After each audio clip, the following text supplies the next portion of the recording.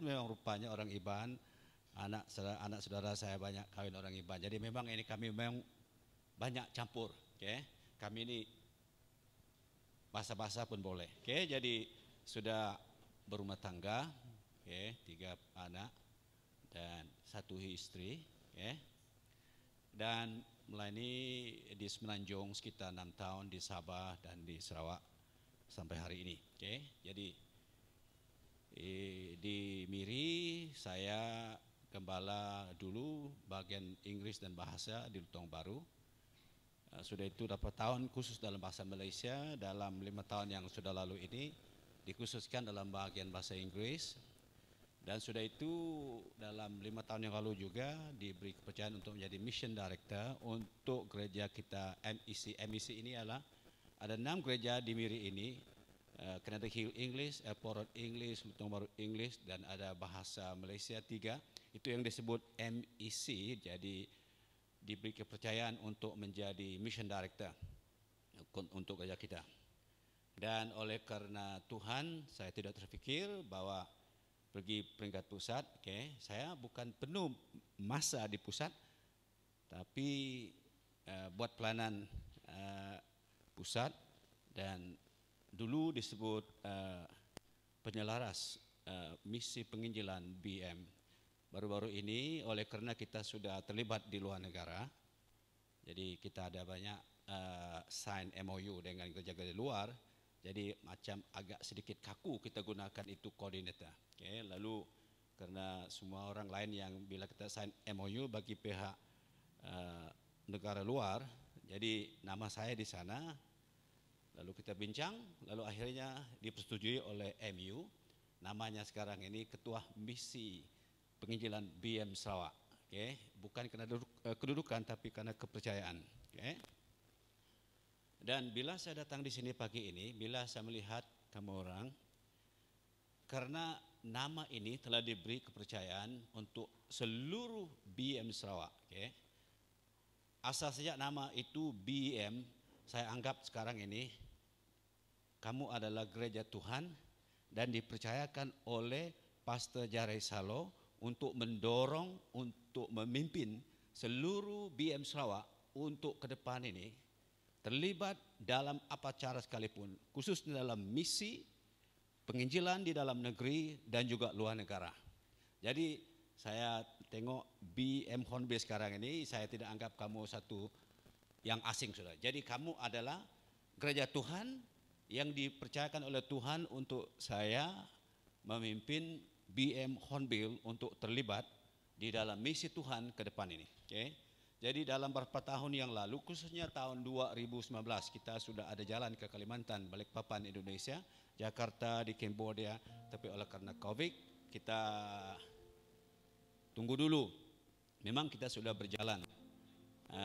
Sebagian gereja lokal di pedalaman dan di bandar dalam negeri Sarawak, tapi kita tidak dapat jumpa semua gereja lokal sekarang. Di dalam BM Sarawak ada 711 gereja lokal seperti kita ini. 711 gereja lokal, ya. 711 local churches throughout Sarawak. Jadi hanya mungkin sekitar 40 atau 60 gereja lokal yang kami sudah lawat seperti ini. Okay. Jadi gereja kita BM Hornbill salah satu pada pagi ini. Jadi kita BM ke depan ini kita telah persetujui lembaga misi BM Sarawak, okay, bersama Presiden dan juga ahli majlis umum, ya. Ahli majlis umum Sarawak, majlis tertinggi, endorse bahwa dalam 15 tahun ke depan ini apa yang saya present pagi petang semalam kepada beberapa pemimpin yang sebat hati di sini, itulah kita punya. Okay, terima kasih banyak. Itulah kita punya way forward for the next 15 years. Dalam sudut kata lain, 15 years BM policy involved in mission and evangelism in our land and beyond. Okay? So dengan itu, saya harap pemimpin-pemimpin yang kemarin yang dapat ikut, kamu akan mengerti. Jadi pada pagi ini, bersangkut paut dengan mission dan penginjilan dalam negeri Sarawak dan luar negara, okay? Pada pagi ini saya akan kongsi firman Tuhan yang kita sebut living for others. Hidup untuk orang lain. Hidup kuan orang bukai. Itu udah masih banyak kan? Hidup untuk orang, living for others. Pertama kali saya baca firman Tuhan ini, macam terbalik betul ini ya. Karena kita ini naturally we are very self-centered human being. Orang yang memang, apalagi waktu COVID ini, ada satu hashtag atau satu perkataan, kita jaga kita. Dari mana jaga kita, jangan jaga orang lain.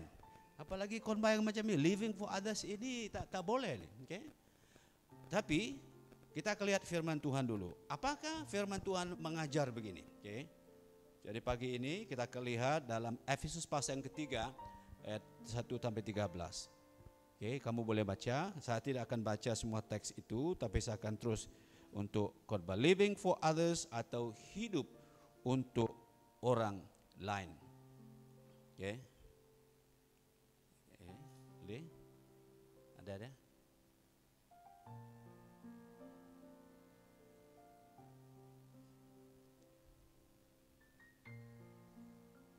Oke. Ada sedikit salah teknikal di sana. Oke, living for others. Bishop Anglican, nama dia William Temple, pada abad yang lalu, dia sudah meninggal. Okay. Terkenal dalam abad yang lalu, dia ini Bishop Anglican. Ya. Dia katakan begini, the church is the only society on earth that exists for the benefits of its non-members. Dalam bahasa Melayu, gereja, now when I say gereja di sini bukan bangunan ini ya. When you read in the Bible, bila kamu baca dalam Alkitab, perkataan gereja itu not even one, dia merujuk kepada bangunan. Dia merujuk kepada orang-orang yang percaya itu dalam satu community disebut gereja. Itulah sebabnya dalam perjanjian baru, kita ini adalah gereja Tuhan. Tubuh kita ini adalah bait Allah. Jadi di sini pada pagi ini berapa bait Allah di sini? Satu dong. Jadi kita ini yang disebut gereja. So jangan silap, gereja itu bukan bangunan, hanya kita sebut itu. Contohnya begini, kita datang di kebaktian di sini, kita sebut ini gereja. Tukar di minggu depan kita tidak datang kebaktian di sini, kita datang bawa sabung ayam di sini, kita akan sebut ini rumah sabung ayam. Okay? Karena apa aktiviti dalamnya itu yang akan kita pakai. Contohnya kalau ini night club atau day club, okay? Orang atas ini kita akan tidak sebut ini Beyond Hornbill lagi, ini night club. Apa aktiviti orang dalam itu akan menentukan nama bangunan itu. Okay? So William Temple berkata begini, gereja itu adalah satu-satunya organisasi di muka bumi ini yang wujud untuk menguntungkan orang lain. Aduh, semua organisasi di bumi ini untuk menguntungkan dia punya ahli-ahli, okay? Semua NGO, parti politik yang wujud untuk menguntungkan dia punya ahli. If you are member, discount. Pergi supermarket, you member kan? Tak ada. Kata member, this is the dia punya harga. Kalau member ada discount sedikit, because it benefit their own members. Hanya satu saja organisasi di muka bumi ini yang wujud untuk menguntungkan orang lain. Namanya kamu dan saya, disebut gereja. Waduh, ini macam lah, kalau ini macam susah. Kita ini mau untung saja, apa? Kita mau tidak mau rugi, kita untung. Kita mau untung. Tapi kalau kita menjadi gereja Tuhan, kata ini William Temple, we exist untuk orang lain. So, gereja Tuhan itu wujud hanya dengan satu tujuan, for the benefit of its non-members. Wow, susah mau telan itu. Kalau kita cakap, ya susah. Memang betul. Kalau saya cakap pun, contohnya kalau kita berdoa, siapa dulu kita berdoa? Memang kita saja. Tuhan tolong saya. Tuhan jaga anak saya. Tuhan buka saya cepat kerja. Kalau sakit Tuhan sembuhkan saya. Semua saya dari dulu sampai mau mati. Itu biasa termasuk saya. Tapi kalau menjadi orang Kristen, kita akan diajar untuk ingat orang lain. Okay? So gereja itu wujud with a purpose to benefit non-members. Okay? So di sini contohnya lagi kan. Okay. Okay. Okay, next, karena ini tidak boleh jalan. Oke. Oke, next slide, boleh kontrol. Oke. Nah, bagaimana kita tahu Alkitab menyebut hidup untuk orang lain? How do we know? Albert Einstein cakap, only a life lived for others is worth living. Wow. Nah, di dalam pembacaan kita pada pagi ini, Efesus pasal yang ketiga 31-13, apakah teks ini bicara mengenai hidup untuk orang lain? Oke, yang pertama, kalau kita baca ayat pertama, itulah sebabnya aku ini, Paulus, orang yang dipenjarakan karena Kristus Yesus untuk kamu. Oke, lebih tepat lagi, untuk kamu orang-orang yang tidak mengenal Allah. Ayat yang pertama, Rasul Paulus katakan, saya sekarang ini sudah jadi orang percaya, menjadi hamba Tuhan. Saya dimasuk penjara bukan karena saya rompak bank. Saya masuk penjara bukan karena saya buat jahat.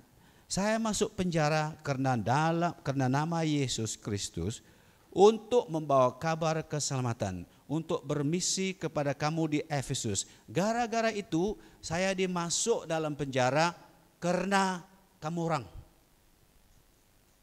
Itu dia kata. Saya masuk penjara karena memberitakan kabar keselamatan kepada kamu di Efesus. Sekarang ini saya end up in prison bukan karena saya buat jahat, tapi karena saya datang mau kabar keselamatan kepada kamu. Dan I am put in prison because of you. Karena kamu orang, karena kamu yang buat saya masuk penjara. Okay? So itu satu ayat yang mengatakan dalam kitab Efesus bahwa kita ini sebagai orang yang sudah kenal Tuhan, we are to live for others.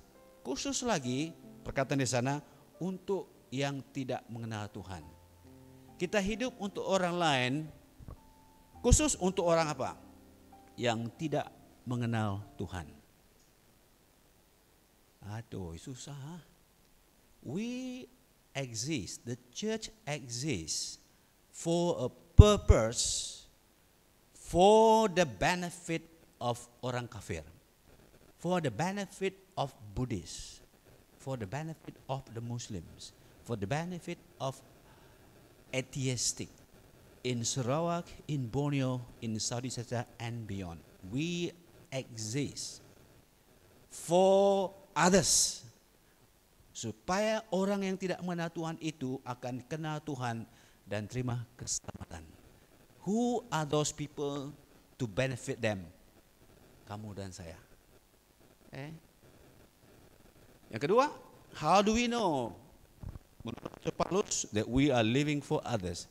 Ayat 2, ayat 2, memang kamu telah mendengar tentang tugas penyelenggaraan kasih karunia Allah yang dipercayakan kepadaku karena kamu. Lagi perkataan karena kamu, for you. Saya diberi anugerah memberita kabar keselamatan untuk kamu orang kafir. I am blessed to be a blessing for you Gentiles. Kita diberkati secara rohani dengan keselamatan yang kita terima. Keselamatan yang kita terima itu a free gift from God. And that gift we are not to hoard it. Bukan mau simpan saja. We are to pass it. We are to give it to others. Lebih lagi orang yang kafir. That is we are supposed to be. Sebagai gereja Tuhan, we live for others. Untuk membawa keselamatan. Oke, yang ke-8 dan 9 saya lompat. Ayat yang ke-8 dan 9 dia berkata demikian dalam Efesus 3 ayat 9. Kepadaku yang paling hina di antara segala orang kudus telah dianugerahkan kasih karunia ini. Now listen to this. Terlibat dalam memberitakan kabar keselamatan is not tanggung jawab. is not dipaksa. It is a grace of God given to the church. Anugerah Tuhan. You are given a privilege to share the blessings of God to the nations of the world. Ini katakan, saya paksa kamu orang pergi terlibat beri duit. No. Dia katakan di sini, dia katakan telah dianugerahkan kasih karunia. Tuhan telah banyak baik, banyak magut, kata bahkan orang, banyak magut dengan lu orang. Bless your family, bless your children, bless your work, bless your church. Tengok di sini ya, kita tengok kerja kamu orang ini, walaupun kecil tapi jangan main-main, canggih juga semua. God has blessed everything. What else do we need? This is the blessings of God, and God bless. Yang lebih bagus lagi, keselamatan. Okay? Keselamatan di dalam Tuhan Yesus. God given that blessing to you. Itu keselamatan oleh karena pemberitaan Injil. Now Tuhan beri itu sebagai anugerah Tuhan. So that anugerah Tuhan, you are to bless others. Okay? Now ayat yang ke-8 dan 9 dikatakan di sini, saya baca lagi. Kepadaku yang paling hina di antara segala orang kudus telah dianugerahkan kasih karunia ini. Untuk tujuan apa? When God bless you and me, when God bless the church, for what purpose? Untuk sok sendiri atau untuk diri sendiri? Now listen to this word of God today. Dia katakan untuk apa? Untuk memberitakan kepada orang-orang bukan Yahudi. Ini dalam Alkitab selalu disebut orang bukan Yahudi, ialah orang yang belum kenal Tuhan, orang kafir. Rasul Paulus ialah orang Yahudi. Orang bukan Yahudi kafir dalam sudut pandangan orang Yahudi, tidak tahu Tuhan. Okay? So kata Rasul Paulus, saya telah diberitakan, saya telah dianugerahkan dengan keselamatan. Injil yang saya sudah terima, Tuhan beri itu dengan percuma kepada saya, kepada bangsa Yahudi. Sekarang ini saya guna ini untuk memberkati bangsa lain. Kamu orang kafir. Memberitakan kabar keselamatan. Nah, pada pagi ini kita ada orang Iban di sini, ada orang Cina, ada orang Kayan, saya diberitahu. Apa sajalah, kau sudah masuk di sini, apapun kamu punya suku, you sudah masuk ke Tuhan. God has blessed all of us, semua kita ini.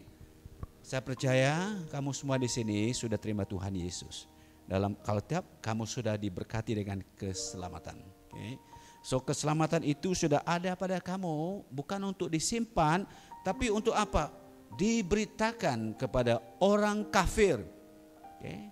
So orang Iban melangkah jangkau orang Iban dalam negeri Sarawak. But look far ahead beyond orang Iban, orang Dayak Kalimantan. Okay. Saya ada di Kalimantan dalam beberapa masa yang lalu. Okay. Ada banyak orang Dayak di sana, contohnya Dayak Pasir. Dayak Pasir ini dia orang Dayak macam kita, tapi oleh karena orang lain yang pergi menyangkau mereka, mereka sudah tukar kepada satu orang sebelah. Tapi mereka masih terbuka. Okay. Dan bukan saja kepada Kalimantan, kita lihat ke Sumatera dan Jawa Barat, di selatan Filipina dan sampai ke ujung bumi. Kita mau keluar supaya kita menjadi berkat kepada bangsa-bangsa lain, bukan hanya kepada bangsa kita, okay? Tapi kepada bangsa lain. Okay? Itu yang tujuan Tuhan, memberkati kita supaya kita beritakan. Okay? Dan ayat kata di sini kesesakan, dikatakan ayat 13e. Kesesakanku karena kamu, ayat yang ke-13 yang terakhir di sini. Sebab itu aku minta kepadamu supaya kamu jangan tawar hati melihat kesesakanku karena kamu, dikatakan. Saya menderita, bukan saya cari pasal tahu, dikatakan. Saya menderita gara-gara mau hidup kamu orang. Itu cakap bahasa yang lebih gara-gara saya susah, dimasuk penjara, dipukul, dianggap orang bodoh, orang tak ada arti. Hanya karena saya mau hidup bagi kamu. Saya siap untuk menghadap semuanya ini. Asal saja kamu orang kafir, kena Tuhan dan diselamatkan. Itu Rasul Paulus. Itu dikatakan Alkitab. Jadi gereja Tuhan perlu siap untuk berkorban bagi orang lain. Okay. Nah, yang dikatakan karena kesesakanku itu adalah kemuliaanmu. Bila kita hidup untuk orang lain, bukan juga karena kita ini mau ada udang sebalik batu, supaya mereka sokong saya nanti. Kalau ada pilihan raya, saya berdiri sebagai independen, ada lah orang sokong saya. Jangan ada udang sebalik batu. Bila kita hidup untuk orang lain, untuk tujuan apa? Disebut di sini untuk kesesakanku itu adalah kemuliaanmu, untuk membuat kamu jauh lebih baik. Kita terlibat dalam misi Tuhan dengan tujuan untuk membuat bangsa lain menjadi baik. Kita terlibat dalam penginjilan dalam negeri Sarawak, dalam negara Malaysia dan seterusnya. Gereja Tuhan terlibat untuk kemuliaan bangsa itu, supaya bangsa itu diangkat oleh Tuhan, bangsa itu diubah oleh Tuhan, bangsa itu diurapi oleh Tuhan, supaya mereka juga pergi memberkati orang bangsa lain pada masa akan datang. Ingat, kalau kamu baca sejarah SIB, siapa dulu menginjil orang Dayak di Borneo ini? Orang Kenyah, orang Iban? Mana ada? Tak ada. Orang Cina tidak. Siapa dia? Ada baca kan? Ada baca itu the history of SIB. Ada 3 anak muda itu orang putih, bukan orang hitam. Orang putih itu di Australia. Dia di Australia. Tidak ada pertalian saudara. Kalau dia mungkin, kalau orang Iban, mungkin ada banyak saudara di Borneo kan. Tapi ini orang putih. Apa hubungan? What is our relationship? Dia orang putih, kita ini tidak putih. Dia tinggi, kita rendah. Dia hidung manjung, kita ini penyet banyak orang. Dia lebih pendidikan, kita tidak. Apalagi zaman itu, mana ada sekolah? Waktu itu kita dalam hutan semua, orang naik kapal terbang. Buat apa mau susah-susah datang di Borneo ini? Tapi karena mereka adalah orang yang telah terima Yesus sebagai Tuhan dan Juru Selamat, mereka mengerti why they exist. Mereka mengerti kenapa mereka sebagai gereja Tuhan di Australia wujud untuk orang lain. Itulah mereka datang. Dia datang bukan waktu dia sudah pensiun tahu. Dia datang waktu dia sangat muda, sangat handsome, setampan Elvis Presley.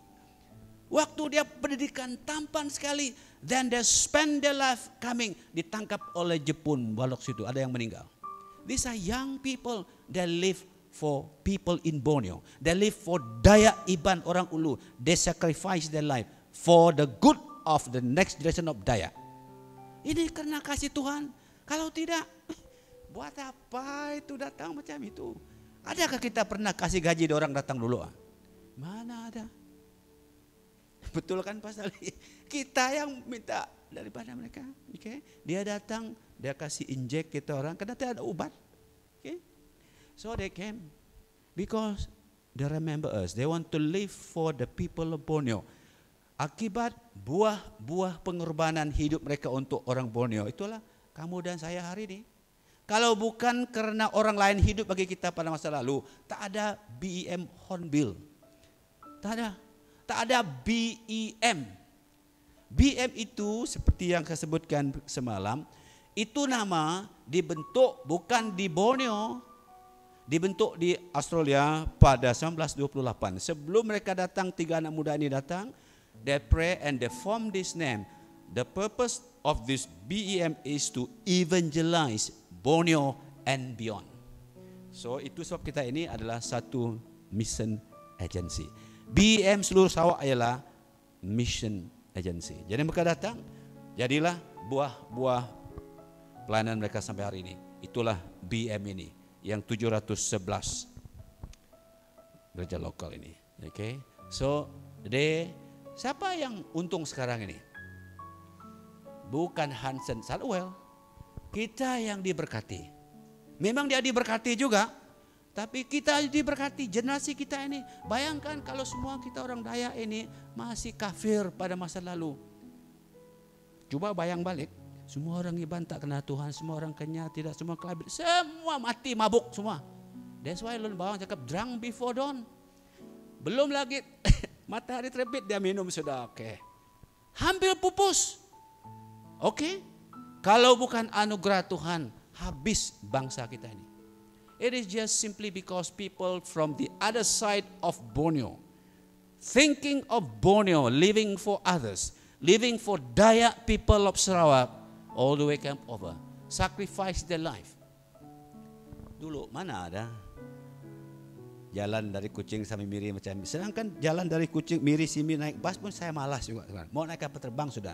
Dia orang jalan kaki sampai ujung semua, naik perahu karam semua, pun bertahan. Okay.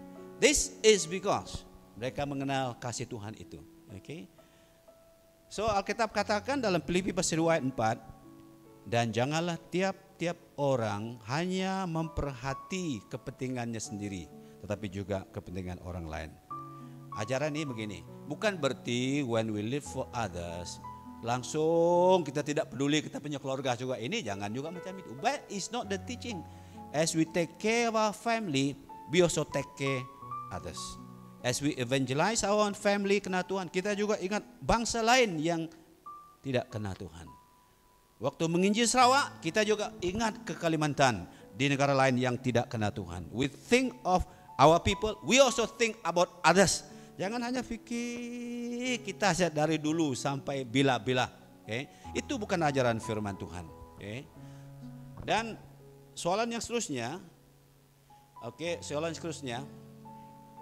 apa yang mendorong kita ini untuk hidup orang lain? Sebenarnya begini, to live for others is something is unnatural. Tak boleh, memang tak boleh. Karena kita ini dicipta manusia yang sangat penting diri sendiri. Contohnya kalau kamu dapat gaji kamu setiap bulan, mana ada kamu pikir untuk beri orang lain dulu? Saya mau bayar bil saya dulu, bayar kereta saya akan keluar minum ini minum itu pun belum tentu cap apek kah, apakah minum apa. Oke, ini semua ini akhirnya memang tak ada untuk orang lain. Tiap bulan memang tak ada, apalagi untuk Tuhan. Langsung tak ada. We are brought up from young, even in the womb of a parent. We are born self-centered human being. Tidak pikir orang lain. Okay? Tapi bila kita kenal Tuhan, something happen. So bila kita sebut living for others, hidup untuk orang lain, what cause you, what motivate you, what drive you inside you that you can live for others? Alkitab katakan di sini. Oke. Ayat pertama daripada kitab Efesus, ini sebab dia, oke. Ayat pertama disebut begini, kan? Itulah sebabnya aku ini. Sebab apa? Itulah sebabnya aku ini, dekat. Ada sebab Rasul Paulus dapat hidup untuk orang lain. There is a reason, there is a motivation behind yang membuat dia dapat hidup bagi kepentingan orang lain.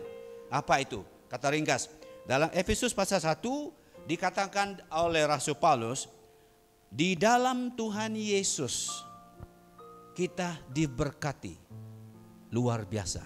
Apa berkat itu? Kita dipilih, kita diampuni, kita diberi keselamatan, kita diberi roh Tuhan dalam hidup kita. Itu hanya pemberian anugerah Tuhan, berkat Tuhan yang luar biasa.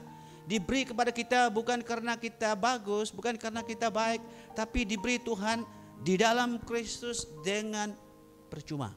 Itu pasal 1.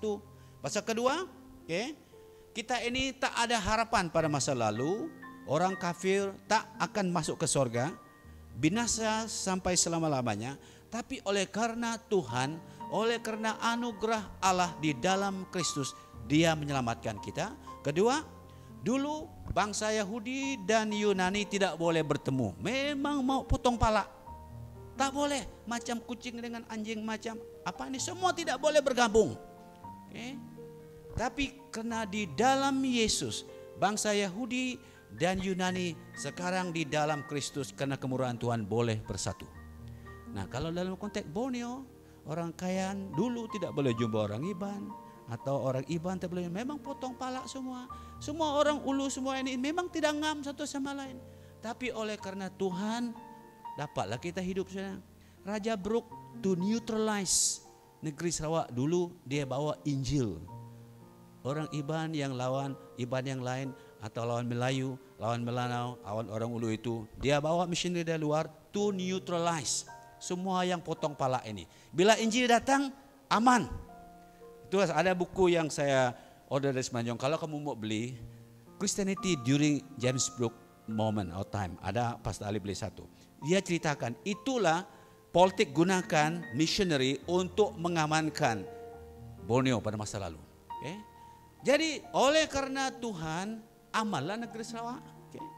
Nah dalam hidup ini kalau kasih Tuhan masuk ke contohnya ke Afghanistan, kasih Tuhan masuk ke Iran, kasih Tuhan masuk kepada Central Bhutan contohnya, pasti orang akan kenal Tuhan, dia akan tidak lagi menjadi orang yang ganas. Dan Tuhan membuat itu, okay?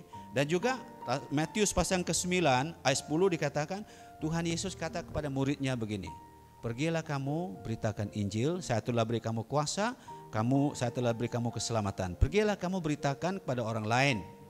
Percuma saya beri, percuma kamu terima, percuma kamu beri. Maksud dia, oleh karena Tuhan telah baik dengan muridnya, dia menyuruh mereka untuk terlibat dalam mission Tuhan.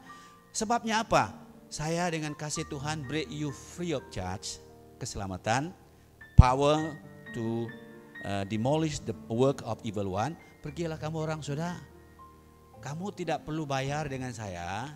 Pergilah kamu orang bawa itu, give to others freely.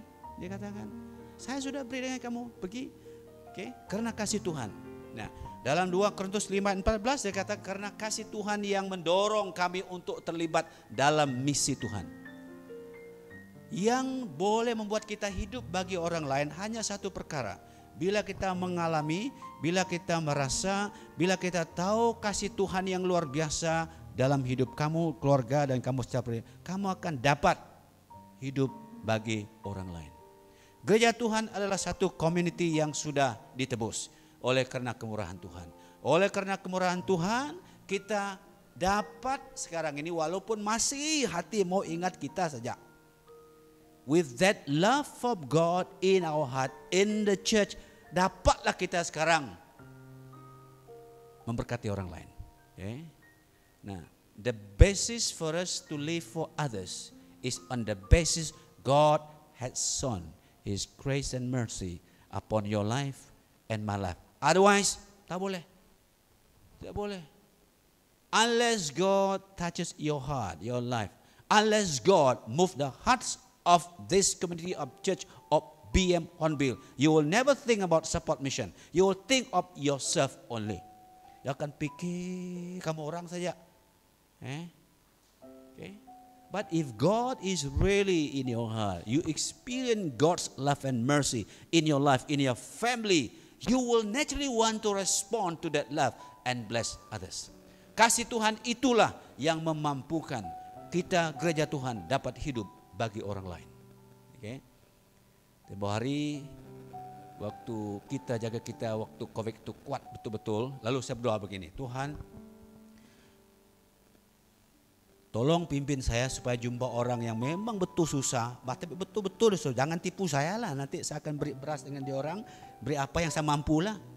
Karena ada orang berkati saya dalam pelayanan, ada berapa ribu ringgit, saya akan tengok di Banda Miri ini, mana yang betul-betul susah. Betul lah saya jalan, betul saya jumpa satu ibu Melayu. Ya tengok, terus saya tengok dia, kasihan hati saya, dia tengok jual satu apa ini, kue yang kecil punya. Saya tengok, aduh. Saya tanya dia, ibu, boleh saya tolong kamu? Dia tengok saya, boleh, oke. Saya terus saya masuk kereta, karena dalam kereta saya ada simpan banyak beras, banyak itu minyak semua tuh, gula semua, biskuit, oke. Nah, dalam plastik, oke. Dia tengok, dia cek semua, dia mungkin dia mau cek sama ada babi gitu, tidak. Boleh dia cakap, oke. Boleh saya gambar kamu? Boleh dia cakap. Sudah itu dia tengok itu semua memang yang halal punya, dia terus peluk, dia senang hati. Sudah saya break dengan, boleh saya gambar ibu? Bukan untuk tunjuk orang lain cakap, saya mau gambar supaya saya tahu bahwa betul, oke. Supaya orang yang beri duit dengan saya ini, saya juga akan beritahu mereka bahwa saya ini guna duit ini betul untuk orang lain. Jadi dia pun senang hati, saya pun cabut sudahlah. Ya. Hati saya senang sekali. karena dapat buat yang kecil saja dengan ibu yang ini, yang walaupun dia bukan kita punya. That is why we exist. To love others, apalagi dia tidak orang percaya. They are the object that we should show our love. Karena begitu kata firman Tuhan, Pak. So, itulah. Kalau kita berdoa macam itu, guarantee Tuhan jawab. Ada satu lagi. Awal pagi saya berdoa, Tuhan di pujud 7. Kau suruh saya jumpa satu orang miskin ini pagi, supaya saya berkati dia. Kalau you doa macam ini, memang Tuhan akan cross. Pergi saya betul-betul di pujud 7, datang satu ibu, saya tengok dia, saya pun kasihan. Anak, boleh bayar saya punya minum Coca-Cola ini kan, dia cakap. Oke, saya cakap, oke, saya tengok dia betul-betul. Oke, saya bawain, oke, saya sebut. Terima kasih Tuhan, saya sudah berkati itu ibu. Dia baik, betul-betul ditunjuk. Bukan dibuat-buat, itu saya pun heran. Dia betul, anak, tolong saya perlu mau minum-minum, boleh kau bayar. Saya tengok itu ibu tuh bukan pengemis juga, memang dia betul dalam kesusahan. Terus bayar, Tuhan berkati, terus saya cabut keluar sudah. Tuhan terima kasih karena saya taat kepada firman Tuhan. Kecil saja, baru saja berapa tin Coca-Cola? Berapa harga itu? Kamu orang boleh beli tin Coca-Cola juga, apa? Atau lebih lamanya lagi. We can be a blessing. Okay? Asal kita mengerti kasih Tuhan. Dan waktu saya balik ke hati, saya senang sekali. Hati saya pun tidak tahu. Saya percaya bila kita buat baik pada orang lain, hati kita memang merasa there is a meaning for this life. Okay? So itu dia. Itu sebabnya kita boleh, karena kita telah mengasihi Tuhan dan Tuhan mengasihi kita. On that basis we can bless others. We can live for others. Lebih lagi orang dalam kesusahan. Okay? Nah, how do we involve? Okay, contohnya. Bagaimana kita bagaimana kita boleh hidup bagi orang lain. Sekurangnya saya summarize di sini ya. Bagaimanakah cara hidup, bagaimanakah kita atau cara kita boleh hidup untuk orang lain. Pertama, sebagai gereja Tuhan secara rohani, oke. Tadi disebut gereja itu wujud untuk apa? Memberitakan Injil kepada orang yang belum mengenal Tuhan melalui doa kita, melalui keuangan kita, melalui kita sendiri terlibat dalam misi penginjilan di dalam dan luar negara, itu secara rohani, oke. So sudah tentu sebagai gereja Tuhan, contohnya BM Hornbill.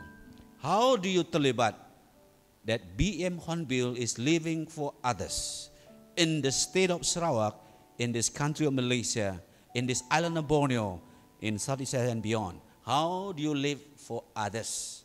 Because you are exist just for a purpose, to be a blessing to others. Okay? Dengan cara apa?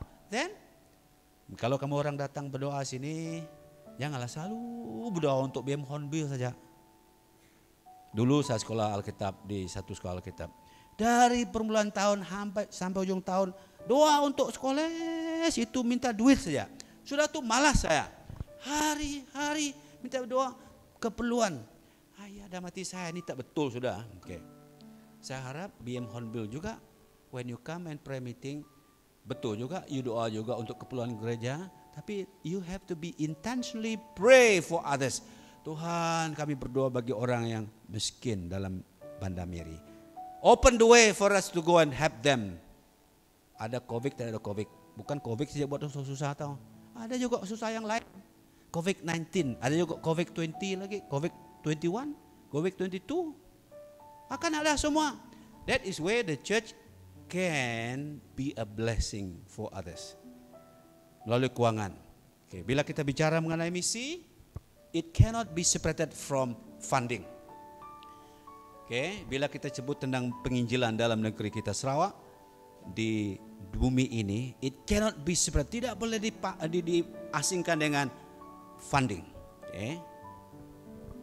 Funding itu penting juga. Okay.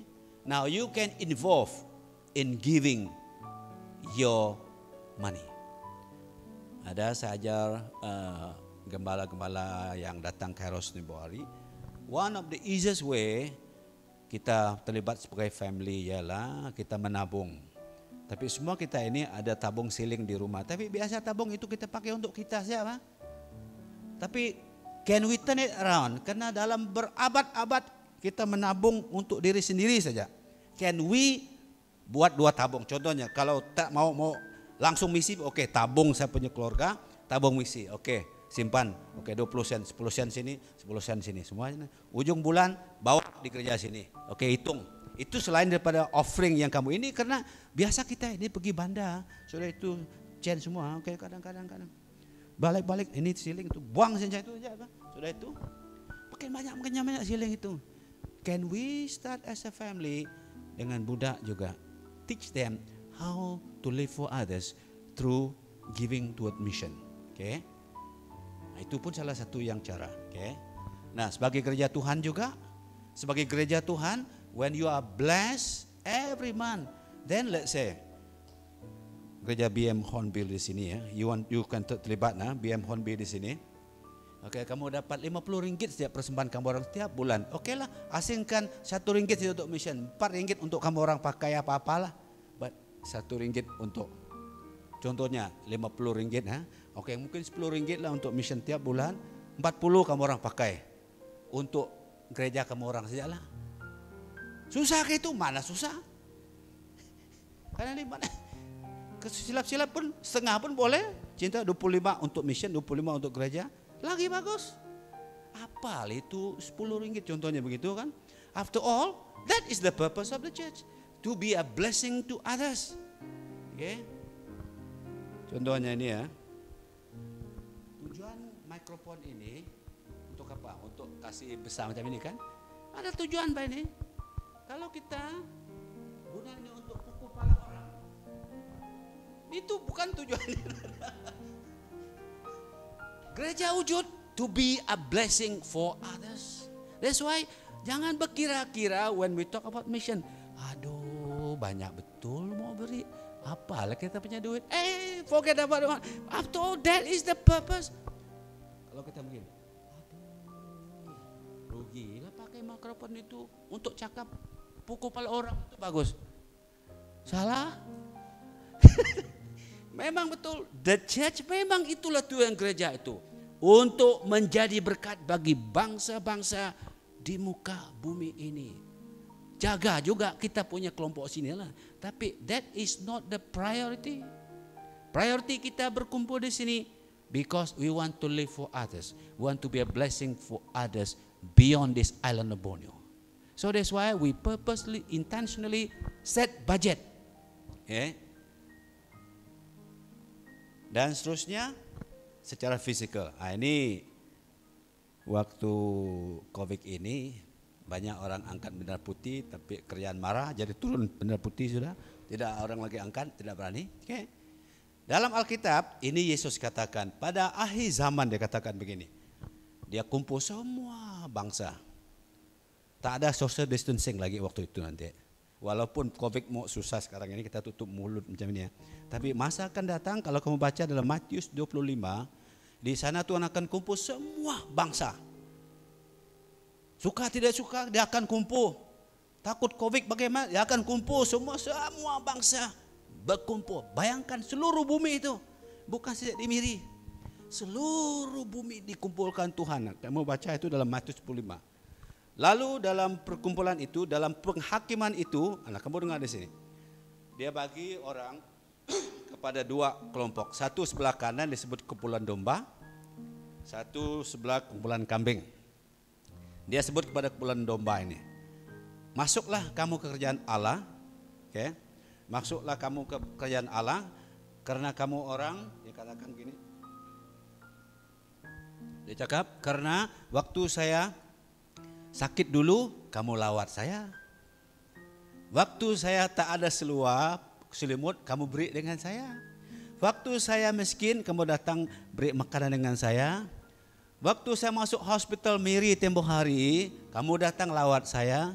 Waktu saya dalam segala masalah, kamu datang lawat saya. Semua kumpulan domba ini yang gambarkan orang benar. Tak pernah kami tengok kau di hospital Miri tempoh hari Tuhan Yesus. Tak pernah kami tahu kamu ini miskin. Dia kata kepada mereka, apa yang kamu buat waktu kamu hidup kepada orang sakit di hospital Miri, yang miskin waktu kamu di bumi, Orang yang belum dijangkau kamu kumpul duit untuk pergi hantar, bantu di sana. Saya lah itu tembari, tapi saya tidak tunjuk. Dia cakap, aduh terima kasihlah Tuhan. Bagus. Rupanya kita orang buat BM Honbi tembari. Kalau tidak malu begitu. Contoh begitu. Oke, masuk ke surga, dia cakap. Senang hati sudah.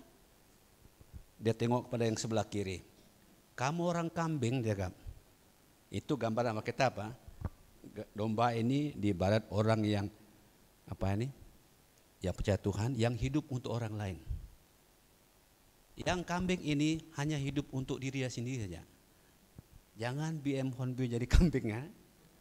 Jadilah kita semua kumpulan domba yang disebut Tuhan ini. Tuhan yang sebut ini ya, bukan saya yang buat ya. Itu kalau mau marah Tuhan Yesus. Ini yang kalisfa ini kumpulan kambing dan domba. Domba ini adalah orang yang benar, yang hidup untuk orang lain, yang memberkati orang. Waktu orang susah mereka tolong. Waktu yang tak ada mission fund mereka bantu semua. Waktu mereka hidup, Tuhan sangat senang sekali. Oke, cepat masuk dekat. You will be in heaven, kamu akan menjadi kerajaan. Oke, pegang segala-galanya. Oke, kamu ini kambing. Sama juga soalan. Waktu saya sakit, batang hidung pun saya tidak nampak kamu datang tengok saya. Waktu saya tidak ada makan waktu COVID tempoh hari, 1 beg beras pun kamu tidak ingat saya. Waktu saya dalam kelaparan, hampir mati saya, sakit gastrik saya sudah. Kamu orang banyak beras di rumah pun tidak mau beri dengan saya. Saya tempoh hari sejuk betul-betul tak ada selimut. Kamu orang belipat sejak selimut di rumah pun tak pakai, pun tidak mau beri satu. Dia cakap, semua kamu ini yang sangat penting sini masuk neraka, dia cakap. Jangan banyak bicara lagi. Mau lawan juga kambing ini. Mana ada Tuhan Yesus? Mana kami pernah buat macam itu? Dia cakap begini, jangan kau main. Saya lah itu tembari, tapi kamu tidak peduli. Menyesal sudah. Kalau saya tahu itu kamu waktu Tuhan Yesus, mana saya biar? Itulah saya, mana saya mau beritahu, mau tes kamu dulu. Sekarang kau gagal, masuk neraka lah sampai bila-bila. Nah ini pelajaran, orang yang hidup untuk diri sendiri, kalau kita tengok konteks ini ya, tidak kemana-mana. Susah misalkan datang. Gereja yang hanya untuk penting dia punya kelompok saja, minta maaf cakap, jangan jadi kelompok kambing. Jangan jadi kelompok kambing. Jadilah kelompok domba yang berguna bagi dunia ini. Aduh, kenapa? Itu ketua misi BM cakap itu Tuhan Yesus yang cakap itu macam. Bukan saya buat itu kamu baca dulu Balik apa cakap kami kambing, kami domba nih. Kami ini manusia, tapi itu gambaran. Jadi ini dorongan saya kepada kita, termasuk saya. Saya sendiri sebagai pastor, saya juga mendorong saya punya keluarga. Bantu. Saya hidup untuk membantu, beritahu sanak saudara yang ada kerja perintah punya. This is the main thing. Terlibat dalam kerja yang baik dalam hidup ini, karena akan masa berlalu. Dalam hidup ini saja Tuhan beri kesempatan untuk kita hidup untuk orang lain. Waktu mati nanti, kau mau pun tak ada lagi kesempatan. So this is the moment in our lifetime to live for others. That God has given us every opportunity to spend, to use our lifetime to be a blessing to others. What more to say, kita sebagai kerja Tuhan. BM wujud ini bukan untuk BM macam itu saja. Untuk Sabah, Sarawak, BM saja. No. It is about God to be a blessing to the world. Okay? So, hai sekali. Okay? Ada nih. Okay. Untuk penutup, ada seorang hamba Tuhan namanya William Booth. Siapa karena William Booth? Dia sudah meninggal. Dia adalah founder Salvation Army. Dia adalah pengasas Salvation Army dalam dunia ini. Pada masa yang silam, waktu dia masih muda, dia terima Tuhan Yesus. Disentuh oleh Tuhan yang luar biasa. Lalu dia melayani Tuhan. dia kabarkan kabar keselamatan. Dia guna hidupnya untuk pergi mengkabarkan Injil, dan ramai anak muda terima Tuhan Yesus. Lalu dia mendorong mereka juga terlibat dalam misi dunia ini. Bukan saja kabarkan Injil keselamatan, dia juga di mana benua di Eropa dan tempat lain. Bila dia pergi kabarkan Injil, banyak orang miskin. Lalu dia katakan, saya tidak akan khotbah hanya untuk tentang rohani saja. Saya akan bantu mereka semana yang saya mampu untuk menolong orang yang miskin di Eropa atau di mana benua. Lalu mereka berusaha buat segala sesuatu untuk menolong orang miskin dalam zaman itu. Itu sebabnya kalau kamu tengok Salvation Army sekarang ini, banyak dia terlibat dalam NGO, bantu sini, bantu. Karena itu daripada hamba Tuhan ini. Lalu seumur hidup dia, sudah penghujung umur dia, ada satu conference besar dianjurkan. Dan waktu itu orang mau panggil William Booth jadi salah satu pengkhotbah. Tapi waktu itu dia sudah tua, lagi sakit dalam bulan itu. Lalu orang, karena dia sudah sangat berpengalaman, semua hamba-hamba Tuhan yang dihantar ke seluruh muka bumi ini waktu itu, semua anak muda yang menjadi missionary waktu itu dikumpul kepada satu tempat untuk didorong oleh William Booth. Oleh karena dia sakit, tak dapat berjalan jauh atau naik kapal terbang, lalu penganjur itu katakan begini, bolehkah William Booth tulis satu telegram, apa sajalah, untuk mendorong orang lain yang akan meneruskan pelayanan ini di dunia ini lagi, supaya adalah dorongan mereka dalam konferensi ini.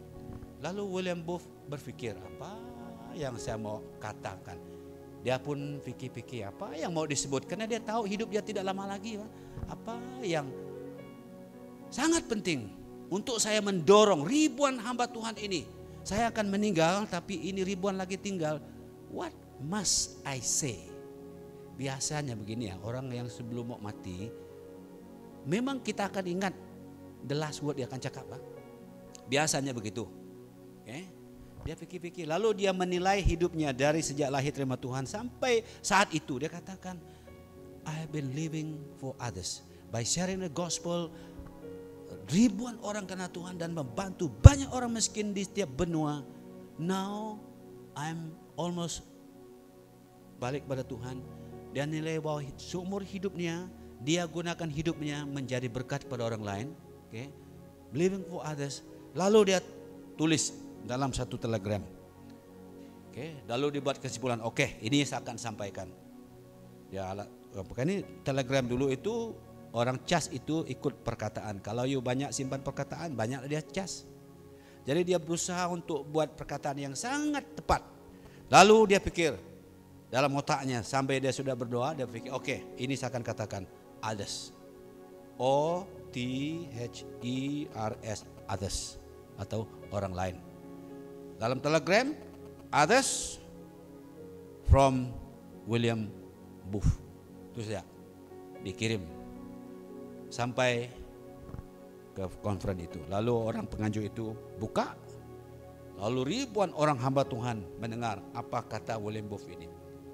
Mereka fikir-fikir dia akan banyak bacalah. Tapi sudah itu buka, dia mengatakan begini. Dia buka telegram, semua ribuan orang tunggu. Others from William Booth, full stop. Others. Others. Maksudnya begini, hidup ini akan jauh lebih berarti. Gereja Tuhan di bumi ini akan jauh berarti, bermakna kalau kita hidup untuk orang lain. Kalau kita hidup dengan tujuan yang pertama dan utama, untuk menjadi berkat bagi bangsa-bangsa, you will be greatly blessed. Kalau tidak, kambing. Let us live for others as a church. Let us live menjadi berkat bagi orang lain, supaya nama Tuhan Yesus ditinggikan dalam hidup ini sampai Tuhan datang. When you live for others, bukan berarti kau akan miskin, bukan berarti kau tidak kenapa. When you live for others, hidup untuk orang lain, God knows how to take care of your family. God knows how to take care of your need. God knows how to preserve your life. That is the way. Okay? If you take care untuk kau sendiri, Tuhan pun lepas tangan. Oke, kau pandai-pandai jaga kau sendiri, oke lah, you jagalah. Tapi kalau kita belajar untuk hidup bagi orang lain, bagi nama Tuhan Yesus, God knows how to take care of your life, your family, and your church. Okay? Kiranya Tuhan Yesus akan memberkati BEM Hornbill dari hari ini dan ke depan ini menjadi satu gereja untuk menjadi berkat bagi orang lain, menjadi satu gereja yang hidup bagi orang lain. Akan pada masa akan datang, kelompok domba Tuhan yang disebut silahkan masuk ke sorga, diberkatilah. Karena waktu hidup kamu, waktu pertemuan kamu, waktu kamu hidup, kamu telah melayani orang lain. Itulah sebabnya saya benarkan kamu masuk ke sorga dan untuk selama-lamanya. Dan itulah kerinduan kita semua, menjadi kelompok domba yang akhirnya dibenarkan masuk ke sorga pada masa akan datang.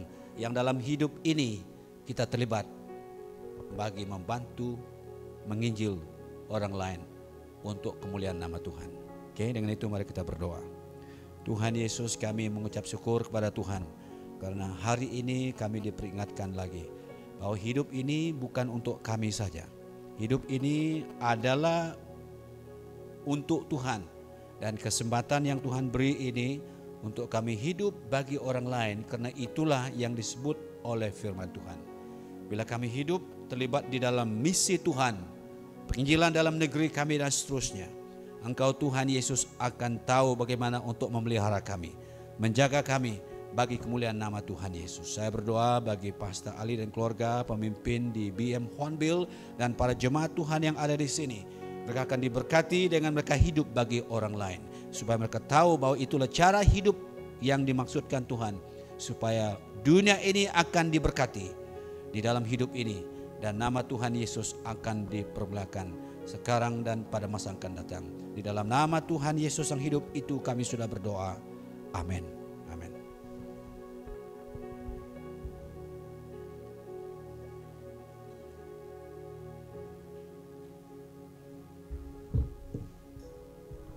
Oke, terima kasih Pastor Jarai. Siapa yang diberkati di sini? Lambaikan tangan kita. Oke, kita hidup untuk siapa? Untuk orang lain. Oke, tetapi selalunya kita hidup untuk diri kita sendiri kan? Apabila kita berdoa, berkati kami, keluarga kami, tidak salah. Seperti yang dikatakan oleh Pastor Jarai tadi. Tetapi selain daripada itu, kita belajar untuk berdoa untuk orang lain. Oke? Kita bersampai kurang bukai. Oke? Tuhan nemu nama keperluan kita. Apabila kita belajar Kairos, ada top line, bottom line. Tuhan menyediakan roti bagi kita untuk kita makan, tetapi Tuhan juga menyediakan benih untuk kita tabur. Dalam Korintus berapa itu Pastor? Saya lupa dia punya ayat. Oke. Tuhan menyediakan roti untuk kita makan. Maksud dia roti itu tidak akan habis. Dia akan senantiasa memberi kita. Lepas itu Tuhan juga menyediakan benih untuk kita tabur. Tetapi selalunya Tuhan beri kita benih untuk makan, roti untuk makan. Dan benih itu sebenarnya untuk ditabur, yaitu memberi kepada orang yang memerlukan. Tetapi itu juga kita makan. Oke? Sudah cukup apa yang Tuhan beri kepada kita untuk kita makan. Tetapi benih itu memang khas ditabur kepada orang lain.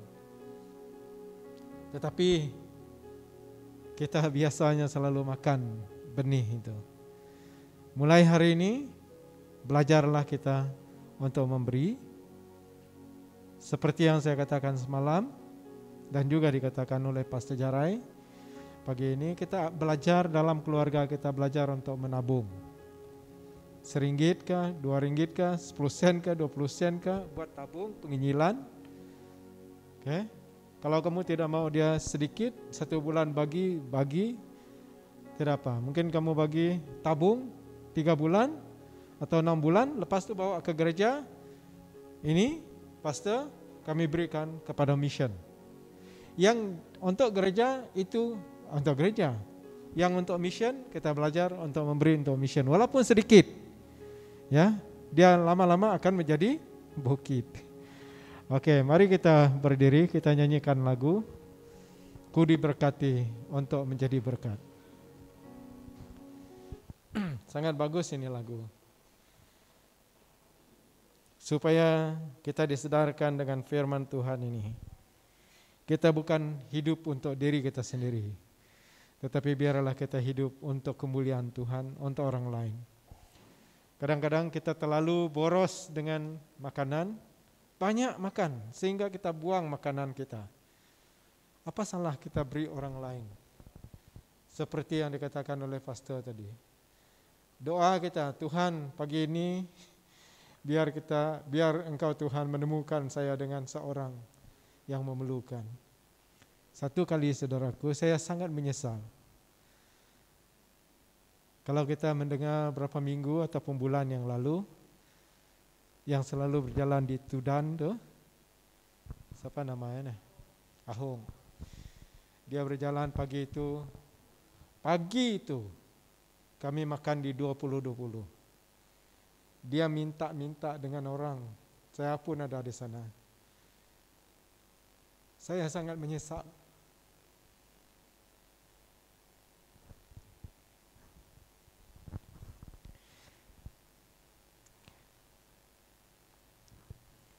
Sangat menyesal tidak memberi kepada dia masa itu. Dengar petang malam tuh dia kena terus mati. Siang itu dalam masa pukul 10 kami makan di 20-20. Banyak orang di sana. Kamu tahu lah dia 20-20 itu. Dan dia limpas juga meja kami. Aduh, itulah apabila saya melihat orang seperti itu, kayak mulai hari ini saya coba akan belanja orang itu. Petang itu dia mati, sangat menyesal saya. Aduh, kenapa saya tidak beri dia makan tadi? Mie itu baru 3,5 ringgit. Oke, itu memberi pelajaran bagi kita. Kadang-kadang kita jumpa dengan orang itu, satu kali saja. Lepas itu tidak ada, sama ada dia pindah ke tempat lain, ataupun dia mati. So jangan menyesal seperti saya. Oke, saya sangat menyesal masa itu. Itulah saya rasa mau menangis. So begitu juga dengan gereja kita. Biarlah gereja kita, para pemimpin, para jemaat, mari kita bergerak untuk memberi kepada mission. Walaupun sedikit. Ya. Biarlah nanti kalau kita sudah sadar, sudah tahu, mari kita memberi setakat mana kita mampu untuk memberi. Oke, mari kita nyanyikan lagu ini, diberkati untuk memberkati. Ini lagu Kairos yang diciptakan oleh istri Pak Pemuji. Ada suara dia?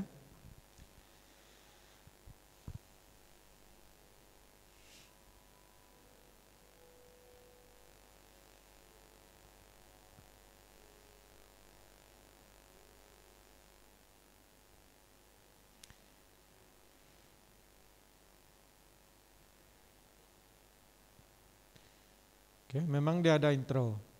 Siapa?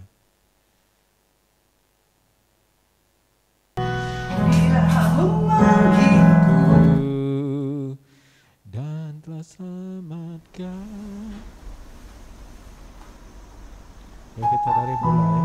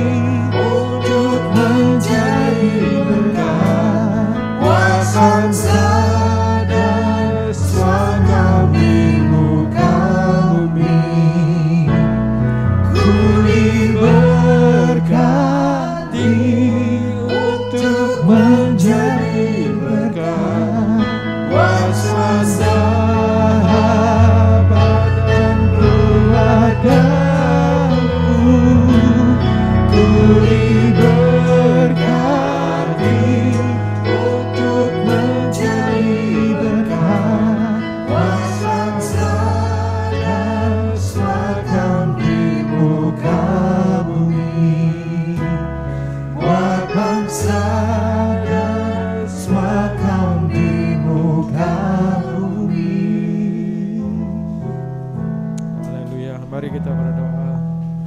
Kita doakan untuk orang lain yang belum mengenal Tuhan, bangsa-bangsa lain. Oke, mari kita sama berdoa, saudaraku.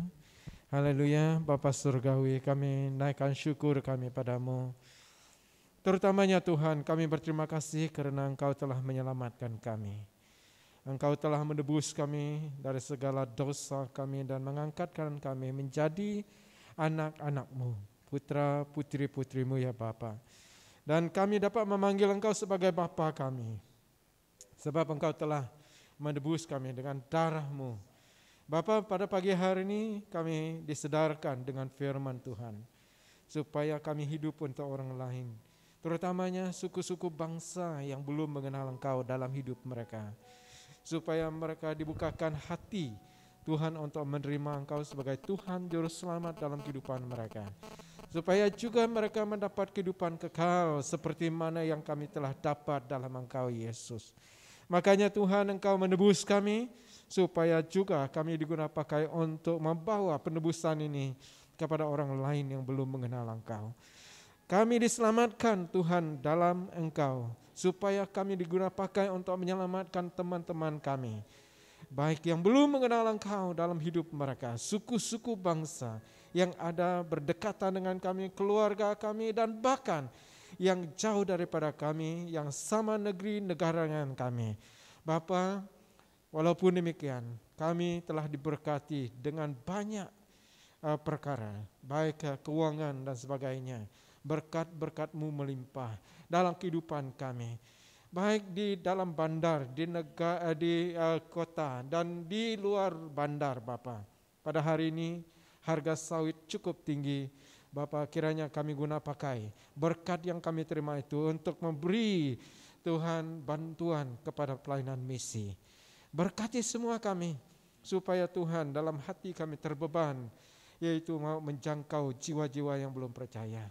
Supaya Tuhan dengan apa yang telah kami terima, berkat yang Kau telah beri kepada kami, supaya kami menjadi berkat kepada mereka yang belum mengenal Tuhan. Bapa, kami doakan untuk teman-teman kami juga, mereka dalam kekurangan, supaya juga Bapa kami dapat menghulurkan tangan kami untuk memberi kepada mereka. Walaupun mereka bukan seagama dengan kami, bukan sebangsa dengan kami, tetapi Tuhan, biarlah Engkau menyentuh hati kami. Supaya Tuhan, kami menggunakan pakai berkat yang telah kami terima, bukan untuk diri kami sendiri, tetapi untuk mereka. Sebab Tuhan, segala yang ada pada kami hari ini, waktu kami meninggal, semuanya akan ditinggalkan. Makanya Bapa, biarlah Tuhan, kami disedarkan pagi hari ini, baik gereja BM Hornbill, supaya kami sebagai pastor dan pemimpin gerakkan hati kami dan jemaat, supaya kami memberi kepada pelayanan misi, pelayanan penginjilan. Tuhan, makanya Hornbill wujud karena semua itu Bapa, bukan untuk diri sendiri. Tuhan berkati setiap kami. Terima kasih untuk firman yang telah disampaikan oleh hamba-Mu, Pastor Jarai sebagai Ketua Misi Penginjilan Sarawak BM. Kami serahkan dia dan keluarga. Kau berkati Bapa dalam nama Yesus. Dan begitu juga tim pelayanan misi penginjilan BM.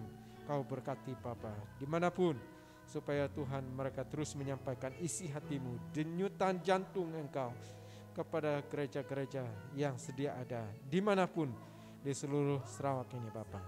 Terima kasih untuk firman-Mu, terima kasih untuk pujian penyembahan, dan ada juga yang telah memberi untuk misi pada pagi hari ini. Itu sebagai tanda Tuhan kami menyokong pelayanan ini, supaya bukan hari ini saja, tetapi setiap bulan mungkin kami akan memberi kepada Engkau Bapa. Terima kasih Tuhan, berkati semua tangan yang memberi dan yang mau memberi pada hari ini. Dalam nama Yesus, Engkau menyediakan roti bagi kami, dan Engkau juga menyediakan benih bagi kami untuk kami tabur. Terima kasih Bapa, terpuji nama-Mu. Kami serahkan doa ini di dalam nama Bapa, Anak dan Roh Kudus. Semua kita yang percaya dan diberkati katakan amin. Kami berikan mulia bagi Tuhan. Nah, bagi kita yang telah memberi tadi, dan mungkin kita mau memberi lagi, sebab uang persembahan kita hari ini kita akan beri sepenuhnya kepada pelayanan misi.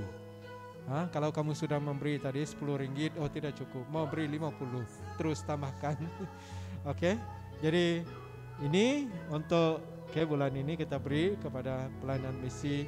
Nanti kita kira, benhari kita kira, dan lepas itu bagi kepada Pastor Jarang ya. Itu nanti lebih bagus kalau dapat yang mau memberi itu beri sekarang. Lepas itu kita kira, nanti kita akan bergambar. Saya akan menjadi wakil gereja kita, ambil gambar dan bukan untuk untuk kenangan saja ya. Kita memberi, ini kita memberi kepada pelayanan misi. Oke. Sekian, terima kasih, Tuhan memberkati. Yang belum memberi, berikan, dan yang mau tambah memberi dipersilakan ya, supaya orang lain ini akan diberkati. Oke, jumpa lagi minggu hadapan.